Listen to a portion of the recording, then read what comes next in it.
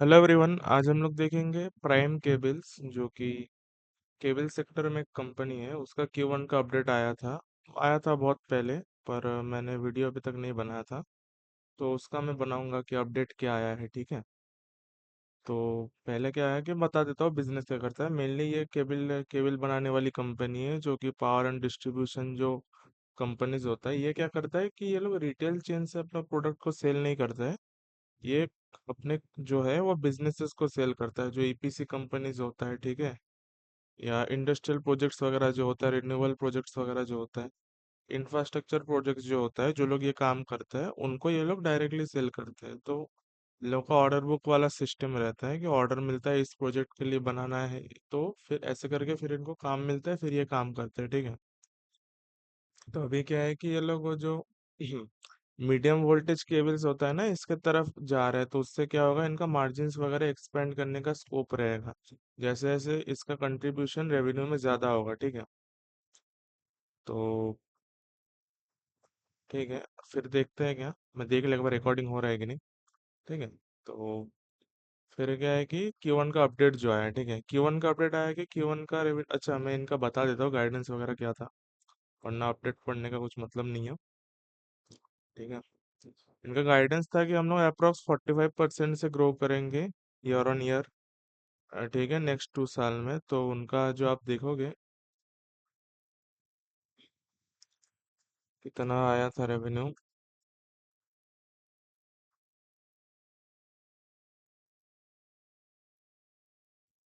इनका रेवेन्यू आया था 235 करोड़ का। ठीक है, फाइनेंशियल ईयर 26 में। सो मेरा का कहना है कि इससे ज्यादा ही रेवेन्यू आएगा। ठीक है, फाइनेंशियल ईयर 27 में। साउंड आ रहा है ना? सॉरी यार, थोड़ा सा ये हो रहा है, मेरे को देखना है साउंड आ रहा है कि नहीं। ठीक है, ठीक है, चलो। तो फाइनेंशियल ईयर Q1 का रेवेन्यू आया है 93.2 करोड़ का। ठीक है, उनका टारगेट था कि अप्रोक्स मेरे को 45% तक जाना है। तो मैंने कैलकुलेशन जब किया था प्राइम केबल्स का H2 में, तो मैंने क्या किया था, 40 to 50% का ग्रोथ एज्यूम किया था। तो 329 से 352 करोड़ का रेवेन्यू आ रहा था मेरा, जब H2 का मैंने कैलकुलेशन किया था तब। जैसे कि आप देख सकते हो Q1 में ये लोग 93 करोड़ कर चुके हैं। लेकिन मेन बात ये है कि 93 करोड़ से सबसे मेन बात है कि स्ट्रॉन्ग ऑर्डर बुक है 210 करोड़ का, जो कि इनका कहना है कि नेक्स्ट 4 to 6 मंथ्स में हम लोग एग्जीक्यूट करेंगे।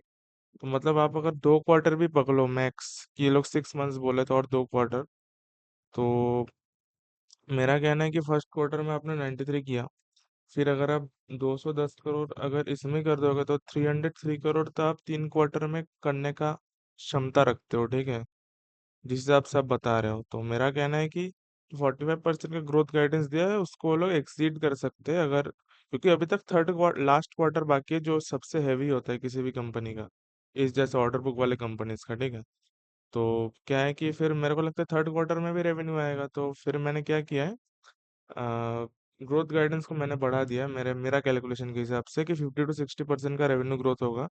ठीक है, जो कि हो रहा है 352 करोड़, 352.5 करोड़ से 376 करोड़ का। ठीक है, 50 to 60% का ग्रोथ रेट। और पैट मार्जिन मैंने 5.8% पकड़ा था। आप अगर पिछला साल का पैट मार्जिन पकड़ोगे, तो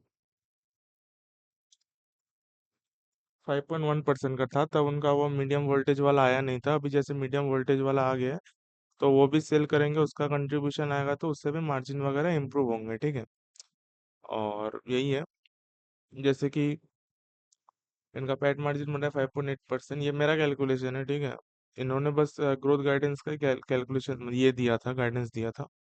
तो उसके हिसाब से करंट पी चल रहा है 24.5 का, और पैट ग्रोथ हो रहा है 70.33 से 81 करोड़ समथिंग। 70 to 80 परसेंट आप समझ लो। ठीक है, पैट ग्रोथ है, क्योंकि पिछला बार इसका पैट ग्रोथ था 12 करोड़ का। ठीक है, पैट नंबर था 12 करोड़ का। तो उसके हिसाब से पैक बन रहा है 0.34 से 0.3, जो कि बहुत ही मतलब सस्ता बन रहा है केबल वेयर कंपनी का। इसका एक कारण है कि एसएमई में पड़ा हुआ है, तो इसीलिए एसएमई में लिक्विडिटी कम होता है, तो वैल्यूएशन बहुत दबा हुआ रहता है, मैं वही कहता हूँ। ठीक है, फॉरवर्ड पीईआर है 16.48 से 15.45। ये तो कुछ कैलकुलेशन हुआ जो मैंने बताया, कि अपडेट वगैरह मेरे को सही लगा है, कोई इशू नहीं है। मेरे को क्या है कि अब क्या है कि जैसे कि कुछ कैपेक्स वगैरह का प्लान था, वो भी मैं दिखा देता हूँ, तो क्या आपका पूरा कंपनी का ओवरव्यू भी हो जाएगा उनका क्या कहना था, ठीक है। जैसे इनका कहना था एबिटा मार्जिन हम लोग 10 से 11% का लेके चलेंगे, और revenue growth approx 45% in next 2 year, जो कि बहुत सही बात है। और मार्जिन एक्सपेंशन का स्कोप है financial 28 onwards, due to high medium voltage cable contribution. पर केबल कंट्रीब्यूशन तो आपका अभी भी आएगा ना, वैसे भी आपका यूटिलाइजेशन बढ़ेगा, तो उससे भी मेरे को मार्जिन में बढ़ने का स्कोप दिख रहा है, ठीक है। अगर उससे भी कंट्रीब्यूशन नहीं आया तो ऑपरेटिंग लेवरेज आपको ऐसे भी मिलेगा, क्योंकि आप अगर देख सकते हो इनका एग्जिस्टिंग जो 2 प्लांट है, वो 360 करोड़ का अप्रोक्स रेवेन्यू होल्ड कर सकता है, ठीक है। और मैं देख रहा हूँ 300 to 360 करोड़ का तो ये लोग ऐसे भी जा पा रहे हैं। मैंने जो कैलकुलेशन किया था आपको मैं दिखाया, सॉरी 350 टू, हाँ 350 to 376 करोड़ का रेवेन्यू ये लोग जा रहे हैं। तो मतलब ये प्लान तो आपका अच्छे से यूटिलाइज होगा ना, मैं वही कह रहा हूँ। इससे आपको ऑपरेटिंग लेवरेज मिलेगा, तो क्या होगा, मार्जिन एक्सपेंशन का स्कोप रहेगा। और जैसे कि Q2 ऑफ FY 27 में तक उनका और 150 करोड़ का जो मतलब रेवेन्यू आ सकता है, वो वाला प्लांट आ जाएगा।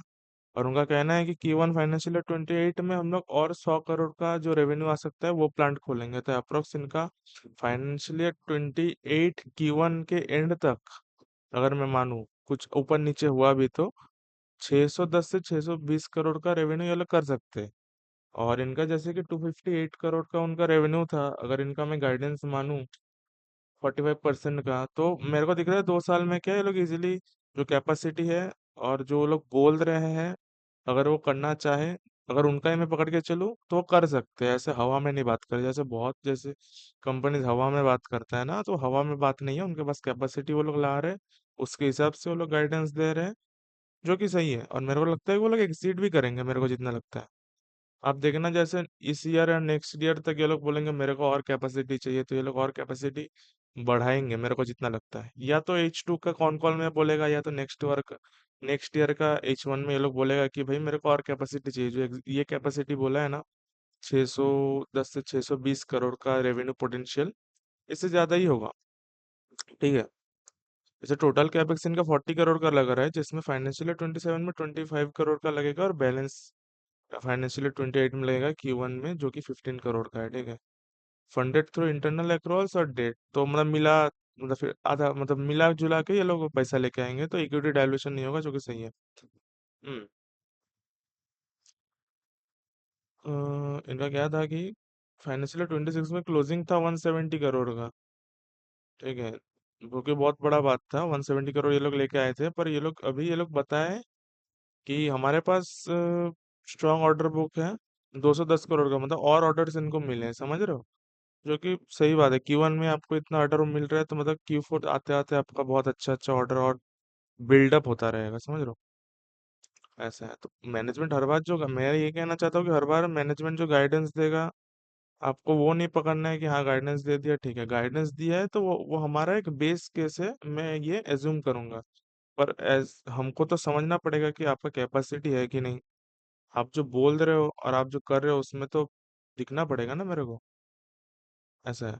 तो ठीक है, यही था, मैंने दिखा दिया प्राइम के बिल्स का कैलकुलेशन भी मैंने दिखा दिया, बिजनेस भी समझा दिया, ठीक है।